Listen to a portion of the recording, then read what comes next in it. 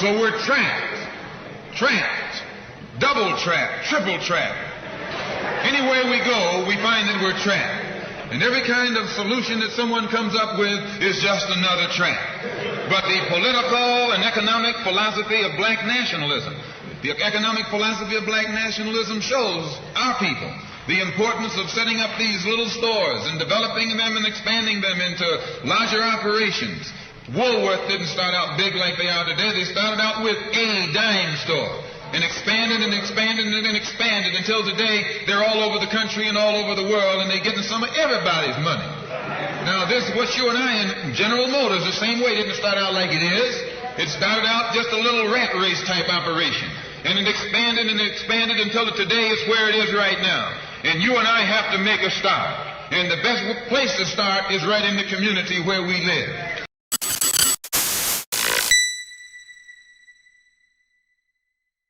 So I ended up catching a case, and I go to county, and I'm just doing a normal violation, Right. which is like 90 days, 6 months at the most. Right. I'm there, but the thing is, when I'm in prison, I'm like all about the homies, and like I know what I have to do. I have, like, to me, that's like my job. You know, Yeah. like I punch in for a job. When I go to prison, that's my job. Like I just have to do my job. And you do it You well. know, I do it well, exactly, because I've been in jail so long. Right. So long story short, some shit happens, and we have to kick it off with the Uras, right? So since I had been in jail so long, I got something called polica, which means that you have good verbal skills. You're a very good communicator when it comes to people. Right. But in reality, you're just a fucking manipulator. You know, that's all you think. You think, yeah. Honestly, that's what happens. That's Hey, homie, you're honest. You're honest. which is true, because Yeah. here I am telling the homies that we're gonna be okay. When in my mind, I know that we're not gonna be okay. We're gonna get the shit beat out of you're us.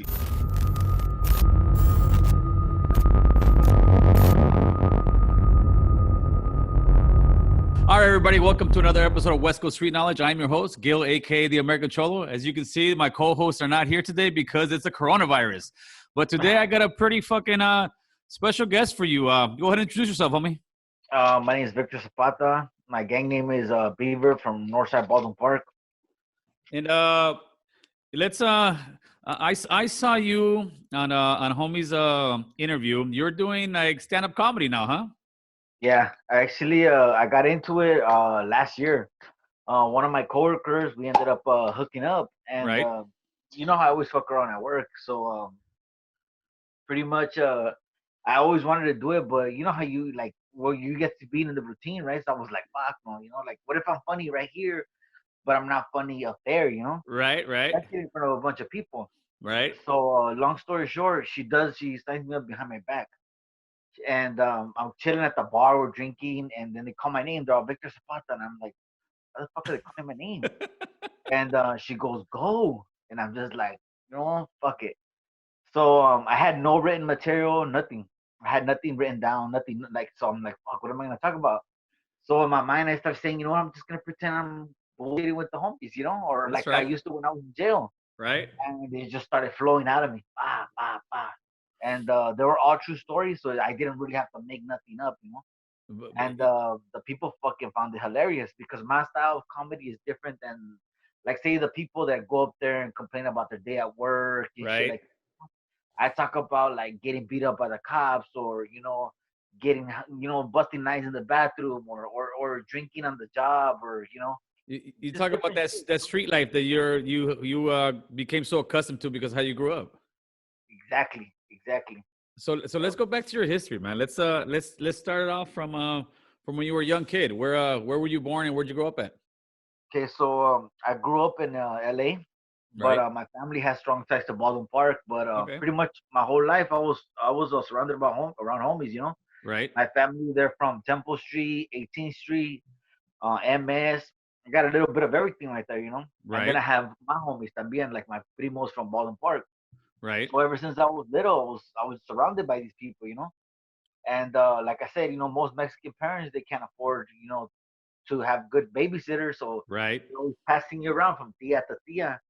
So I got exposed to the gang life at a young age, like maybe 9, 10 years old. Wow. I was really kicking it with the homies, like from Temple, and getting high and drinking, and I automatically knew that's what I wanted. I was like, fuck, I want to fucking do that shit, You And like gravitated you to said it. before, I was a prodigy of the '90s. In the '90s, Right. everybody wanted to be a fucking cholo. It was either a cholo or a rebel. Yeah, And I brother. wasn't gonna be a fucking rebel too. I was an ugly fat kid. There was no fat rebel on me, so I had to be a cholo. That's right. So at what year did you end up joining Northside Bowling? I was in yes, the sixth grade, the summer Okay. of sixth grade. So what happened was it's a crazy story, right? So I Shoot go it. to school in LA, and for years my teachers thought that I was stupid, because I was in special ed and shit like that, right? Right. But the reality was that my parents didn't know how to read or write. So in school, in class, I was fucking badass. But at home, I got nothing, because my Right. parents didn't know how to read or write. So one day, the teacher's like, she took it upon herself to tutor me. Right. And she fucking was tripping out because she goes, man, you're fucking really smart. You just don't got that help. So long story short, she spends the whole summer with me, reading and fucking Saturday and Sunday and everything, like coming special time with me, just to Nice. tutor me. Right. And I don't know if you heard of some test called the altitude test. Yeah, absolutely. It's like the It's test to when they place you. skip you a grade. Right. Exactly. Yeah. So I'm in fifth grade, and my teacher's like, you know what? I'm gonna put him up. And my mom's like, oh well, if it's good, And the thing is, my family, we nobody graduated. We're like all fucked up. So to my mom, that was like, fuck, like the best thing for a parent to hear. Right. But in reality, that's what fucked me up because I took the test and they skipped me a grade. Oh, you did But skip a the grade. thing is, yeah, they skipped me from fifth to sixth. Like I All didn't right. have to. I never went to sixth grade. I was gonna go to seventh. Right. And well, the crazy part was, in LFI Unified School District, Right. they didn't have that middle school transition. It was all junior high. I don't know if you remember that. Right. Yeah. Yeah. Yeah. Exactly. So out here in Baldwin Park, they had middle school. So my mom was like, "Look, you'll go to school in Baldwin Park, and you're gonna do good." But in reality, I fucking fucked up right there. She put me in that grade, and that's when I started meeting my homies, and I started being around them. Right. And I stopped being into school, and I started being into stupid shit. The street life fucking sucked you in. Exactly, man. It fucked me up. It And fucking then it gave me all the words para tu parada. so walk me through your gang initiation, how you got jumped into the hood and how all that went about. Okay, so we're kicking it, and when you get into my neighborhood, you have to get into the clique first, and then to the hood. It Ándale, used güey, to dos be old chingadas. fashioned. Right, You right, right. remember that shit? Yeah, yeah, Yeah. yeah, yeah. You gotta be from the clique first, and then you get into the hood. You know how back they just wanted, honestly, they just wanted an excuse to fuck you up. Yeah, pretty much. I mean, pretty much. I mean, Yeah. so you get So you get jumped into the hood. yeah, It didn't take you long to fucking ramp up and catch a fucking case, homie. exactly, and that's what happened. And it was crazy. So I get jumped into my hood the same day that my homeboy Risky gets in. So Okay. my homeboy Risky was like the one that was like, I was like, he was like my best friend. I'm sorry. At this age, how old are you now when you get jumped in? He's we're both in middle school, so 12, less Okay. than 13 years old. Okay. We're both middle schoolers, junior high. We haven't even Yeah. went to eighth grade or nothing. Right. Right. And so the crazy part is my homeboy Risky gets in first, and he's like, "Hey, fool, let's get into Northside, fool." Like he Yeah. fucking shot me a good speech, and I'm like, you know what, fuck it, like fuck yeah. That's right. So he was like my little, even though he was younger, he was a little fucking crazy fool, and he Right. was like my little mentor. And Right. he was the one that started telling me, hey, you know what? This is what you do. This is what you're gonna do. You walk around, how to carry a gun, everything. He's First gun I ever shot was schooling you in him. the street life. Yeah. Schooled me up. He laced me up. Mm-hmm. And but the crazy part is they tell you all this shit, right? But they don't tell you what comes with it. Yeah, Like brother. it's fucking crazy. You think it's all money and Fun and drugs and games, girls, homie. but it's not. Yeah. So you It's catch all a case. fun and games to get busted. Yeah, brother. So that's where your story starts taking a crazy twist. I mean, at what age did you get committed to the youth authority? Okay, so I got committed to the youth authority the summer of going 12 to 13 years old. Okay.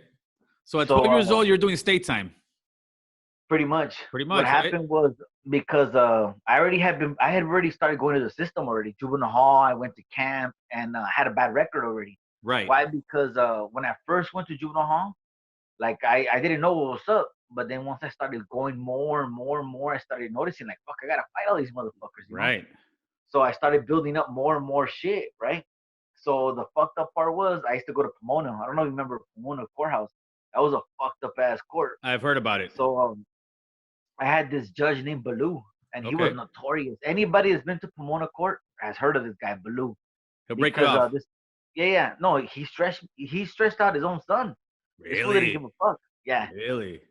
his All son right. ended up going to YA and getting stabbed. Oh fuck. Okay, so what happened? What led up to you catching the case in YA or going to YA? Okay, so what happened was me and my homies were kicking it at Morgan Park. So we're Right. chilling. You know, back in the days, there was no scante or nothing like that. It was only coke and Yeah, crack. right. So we're smoking P-Dogs, which is it's weed with fucking piedra. Yeah, of course. We're all fucked up and primed out like primos, Yeah. And we see this fool, right? We hit him up, and he sees us as little kids. But little does he know, these little kids have guns. Like, we're already packing All guns. right. Yeah, you guys are little kids this time. That's right. Exactly. This fool slaps one of my homeboys, and I'm like, what the fuck? So I pull out a gun on him, and this fool's like shocked, So long story short, we ended up carjacking this fool, right? Right. And we fucked up because nobody knew how to drive.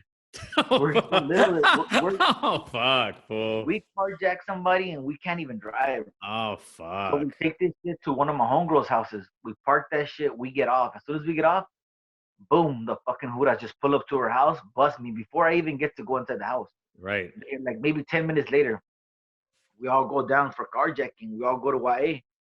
And two of them went, I'm lying, two of them went to camp.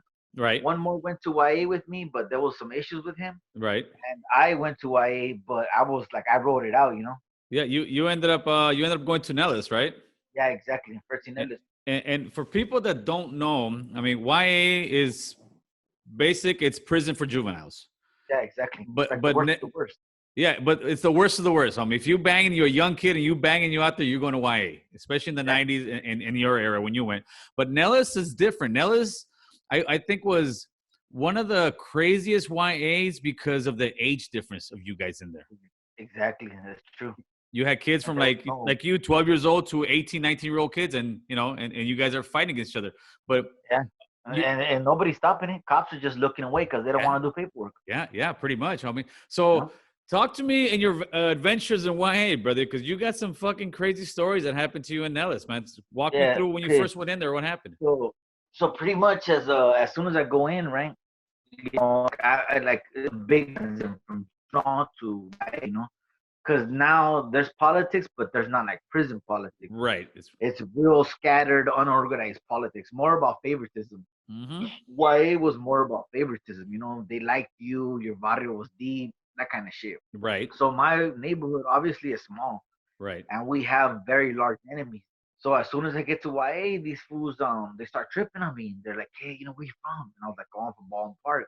And everybody's like, oh fuck. And I just start fucking all these fools hitting me up, and I'm just like, what the fuck's going on? Like, you know what I mean? And one of the homies comes up to me, and he's from from Bakersfield. Yeah. I'd never met nobody from Bakersfield in my life. You're in state time now. You're He's seeing all from kind of guys. gang out there in Bakers. Right. Exactly. So this is the crazy part. So he sits down and he tells me, hey, you know what? With you because of your enemies. They're from there, they're 18th Street, and pretty much he's you're not gonna be firme raza. And I'm just like, what the fuck do you mean I'm not gonna be firme raza? And they're all okay. So he explains it to me. Yeah. So firme raza were a group of Southsiders that all clicked together, all played by the same rules, and all lived by the same code. To be firme raza, you had to be respected. In order to be respected, you had to be willing at any time to engage in violence. And he got the negros, which is the respected black. And he's got the chinos that go with the blacks. And these are the white boys are on their own, Right. The white boys didn't have nothing there. Right. So I'm like, so where the fuck am I at? And he's well, he's like, you're not going to be firme. And I'm like, so what am I? And he starts telling me about cases and levas. And I'm like, what the fuck is this shit? Being dropped leva and being considered leva meant that you were looked down upon. A lot of respect that people had for you is going to disappear. Now, that didn't mean that that's the end of it for you. You could fight your way back to become firme raza again, but that's going to take a lot, and you have to be really willing to go for it. A lot of people that got dropped, they didn't come back up. Like, that was it for them. So it was a hard road ahead. Being leva, I mean, you couldn't touch the microwave. You couldn't touch the TV. You couldn't touch the washer, the dryer, the iron. You couldn't even say anything. You couldn't stand up and make an announcement. You couldn't declare anything. You couldn't even question anybody. So it was definitely a hard road for Levas. Right. So I'm still confused. At I this go point, to you're like 13 years old hearing all this, right? Yeah, exactly. Okay. You know, and they're pretty much telling me to my face that I'm no longer considered Mexican. Oh, fuck. You know, and I'm just thinking in my mind, like, how the fuck do you do that?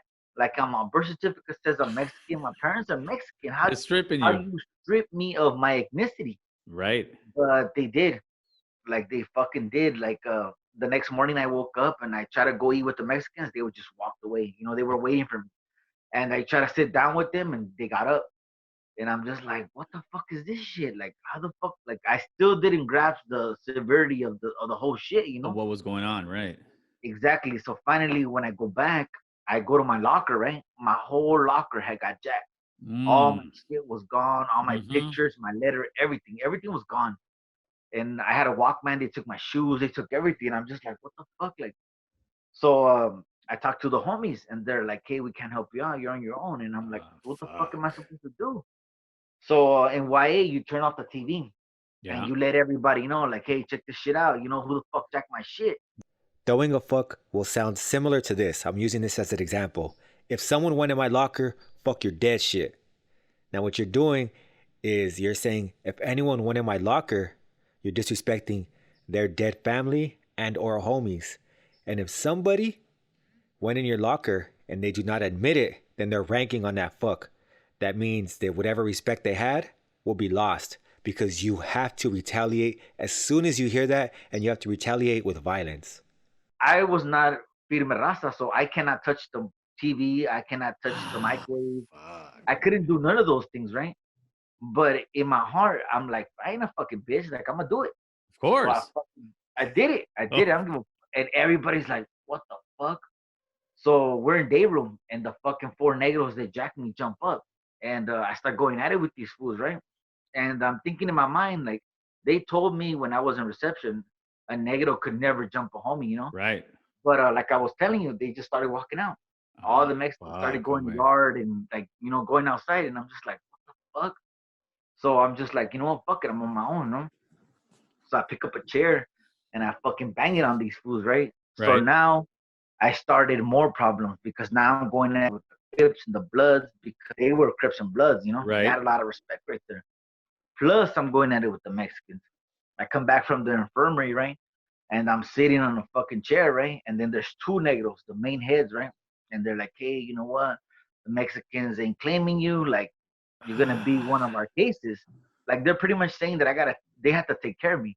Right. And I'm like, you know, fuck that. I ain't a fucking case. I ain't a fucking bitch. So this was trying to charge me, like, for protection.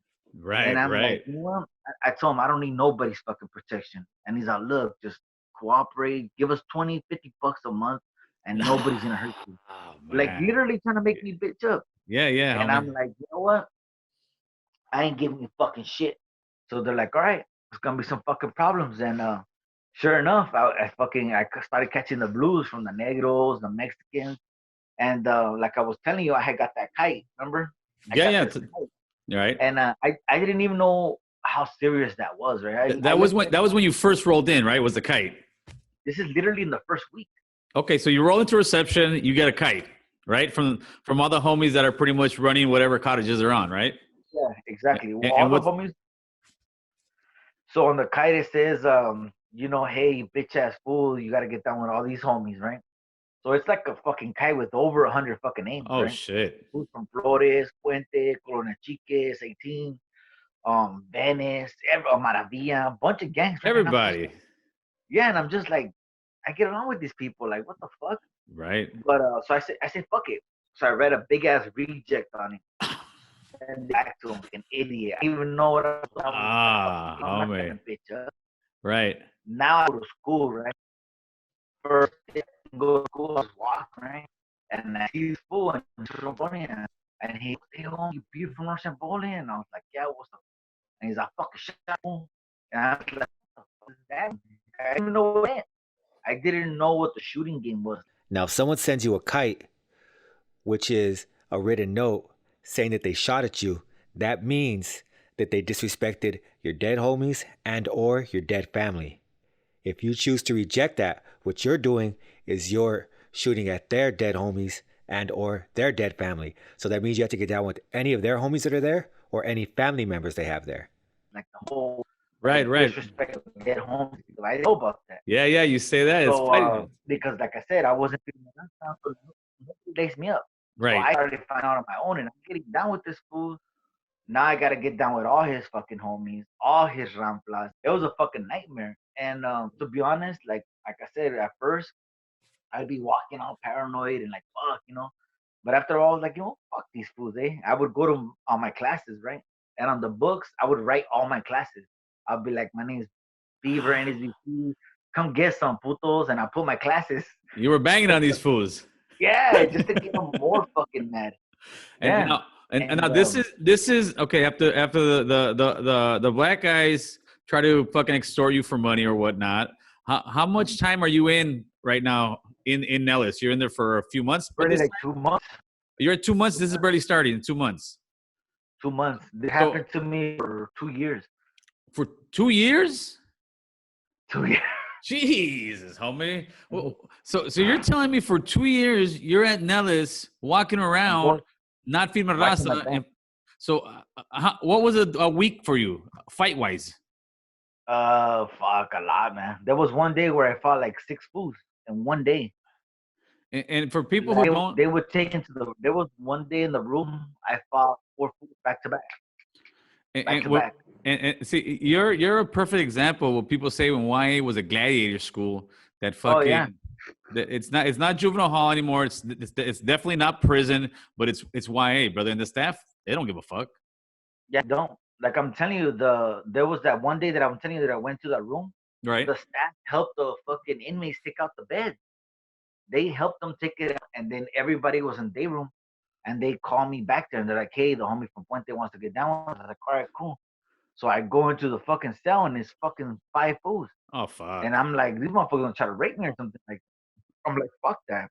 So I tell them, hey, let's get down on one. I'll fight all you fools, but back to back. Don't fucking jump me, nothing. So I mean, sure enough, I get down with all of them, one by one. From Puente, Monrovia, a fool from South Central. Okay, well, I'm telling you, it was pretty much everybody just wanted a piece of me. Like, what the fuck? It was like all the jackals came out and they wanted to fucking get a piece of the meat, homeboy. Literally, honestly, they just honestly, like, I ran into a lot of these people later, and we became like frenemies, you know. Right. And a lot of them would tell me like, hey, you know what? They just wanted to break you. Like they wanted you to PC up, like to case up. Well, how many guys did you end up seeing that were, let's say, in somewhat of your situation that actually made it out? Feed Raza or made it out where they didn't get punked? Was it many or very few? No, maybe 2. I was like 1 or maybe 1 out of 3 people that ever made it. And so for 2 years you fucking lived this life, homie. I mean, I don't see how you didn't have resentment towards the homies. I mean, that's insane. I honestly I did at first. I'm not gonna lie. Okay. But I knew that they didn't understand the bigger picture, you know, because my mind was already like getting ready for prison, you know, like my mind was no longer YA. By the time I was like 16, I was already like, these fools don't know what's up, like, because I started seeing how they were snakes, how they would only kick it with people because they were popular, or they would only kick it with people because, you know, they had money or whatever. I started seeing through that shit, and I was like, you know what, this is not what it's about. Right. So finally, when I did become Firme Raza, I changed all that shit. Like me and a couple homies, we got together, and we stopped all that shit. There was no more raping of the Mexicans. So wait a minute. You're telling me there was fucking rapes going on in Nellis at that time? Oh yeah, people are getting raped all the time. Really? Bad. Really, wow. It was bad. There was Judas fucking inmates. No way, homie. That's how bad that shit was in Nellis? There was a black Judas that I knew. I'm not gonna say his name. That was there. That would tell you, hey, if you don't want to go to the hole, suck my dick. Yeah. Wow, homie. That's fucking sad because I'm sure they had a lot of people go through that, homie. And then you're looked at scum of society, so nobody's giving a fuck. Nobody's listening to you. Yeah. I seen that. I'm telling you, the first week that I was there, this is a true story too. Okay.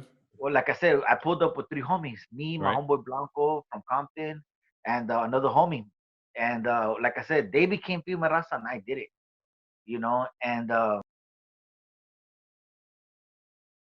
and I'm not gonna say it's gang or anything because I'm pretty sure Yeah, it's yeah, that's all right. anonymous and all that bullshit. But so this fool had issues, and they ended up stomping him out. So anybody who's been in YA knows that you cannot get stomped out because once you get stomped out, you automatically leva. Yeah, it's You're fucking. you're like me. You're no longer female raza. It's a cold So world, I homie. see this fool right, and I'm just like, damn, this fool's gonna go through it, right? And I'm hoping he has the balls like me, like he's gonna go through it. Yeah, yeah, yeah. But little by little, I start seeing these fools beating them down, right?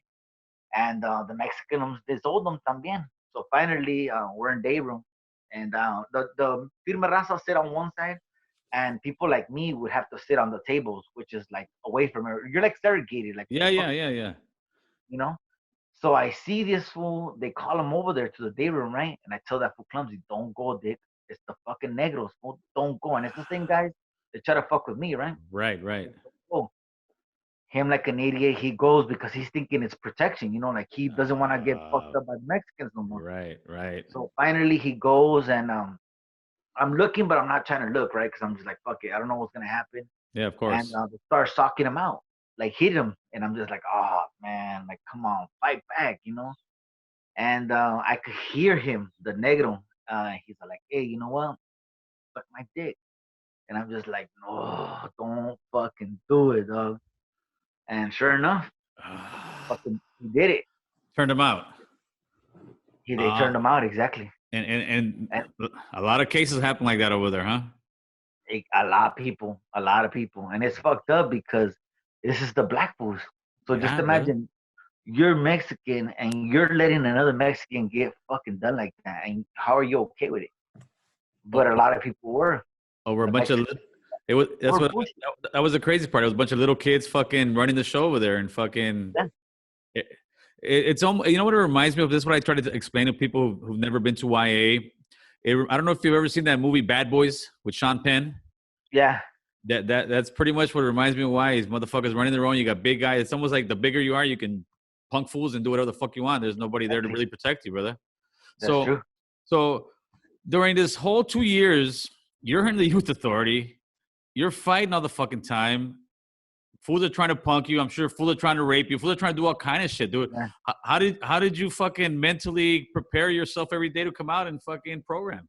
Like I would wait and I knew she was gonna crack. Like I told her first, I was like, you know what? They will break my life. And this is maybe a couple years into term, right? And I haven't became a ras nothing. And my mom sees me, and I had a broken arm because the Fusion Flores broke hand. I was in the gym working out with them, Right. and so they ended up jumping me, and one holds me down, and the other one fucking stomps on my hand, right? So I'm just like, fuck these motherfuckers, eh? So I'm pissed. So instead of getting mad, you know what I do? I just fucking get up with a broken hand and I start fucking boxing these fools with one fucking hand. And I go back, right? Now it's visiting. And my mom's like, ay, mijo, ¿qué te están haciendo? And the thing is, I never worried my mom. I never told her, like, what happened or nothing. Oh, Not till you never told her through all that time you were fucking not feeding her that was going on. she Wow. never, I did it. I just didn't want her to worry. Yeah, yeah, yeah. But I hear imagine you. if I was to tell her, like, what I'm going through, she'll fucking worry. Oh, I mean, she's seen me obviously with like broken nose because I had my jaw broken 3 times in YA. I had my ribs broken. I had my arm broken twice. Fuck, all kinds of shit. I was fuck, dude. It's like you went through fucking car crashes and shit. literally, So you went through all that. You went through all this damage. You're walking out with broken jaws. You're walking out with ribs broken, arms broken. What the fuck are the staff doing all this time? nothing, They're just nothing, looking the nothing. other way. It's so and so. He's not feeding her. They're almost like part of the game, or what the fuck? What it was is they had this and this is a crazy part, right? They had this gang coordinator. So this vato, what you would do is let's say you're from 18th Street and I don't get along with 18th Street, right? Right, You could tell the gang coordinator, hey, I have problems with this guy. I don't want to get down with him. I want to go talk to him. But it was all a show. right, They would right. come and it would be like six vatos from 18th Street. And they'll be like, hey, we don't want to get down with you. We don't want no problems. But if we see you, you know what's up. And I'll be like, what the fuck? Like, you just threatened me in front of the fucking gang coordinator. And it was just a way of them pretty much washing their hands. Because when we would get down, they would pin the 115 on me. Because they already talked to the gang coordinator saying they want no fucking problem. But it was all bullshit. It But was all set up bullshit. pretty much they're setting you up to here's your enemy. This is how he looks. Come see him real quick. They see you. All right, get away. They've signed it. Now that's it. Exactly. Homie, you had it rough on all kind of ends over there. It was bad. Let me ask you something, man. In all this time that you were there and shit was going bad for you, did the thought of ever, I don't know, committing suicide, doing something to yourself, ever cross your mind? Did you ever get like so fucking depressed where you just thought life is not worth living? Like I did feel some shit like that, but I didn't feel like killing myself. I just got tired. I got tired one day because like I said, you get tired of. Like I told you, I would sleep with my shoes on for 2 fucking years. For 2 years, I would sleep with my fucking shoes on and my clothes literally. You were on battle ready status every fucking day for 2 years. Yeah, because these fools, I was sleeping on the tall wall, which is open. So these fools would just wake up and drag my ass, you know. So I couldn't sleep good. I couldn't buy store because they were jacking my shit. I couldn't do nothing. So I was constantly ready for something. How, And how so one day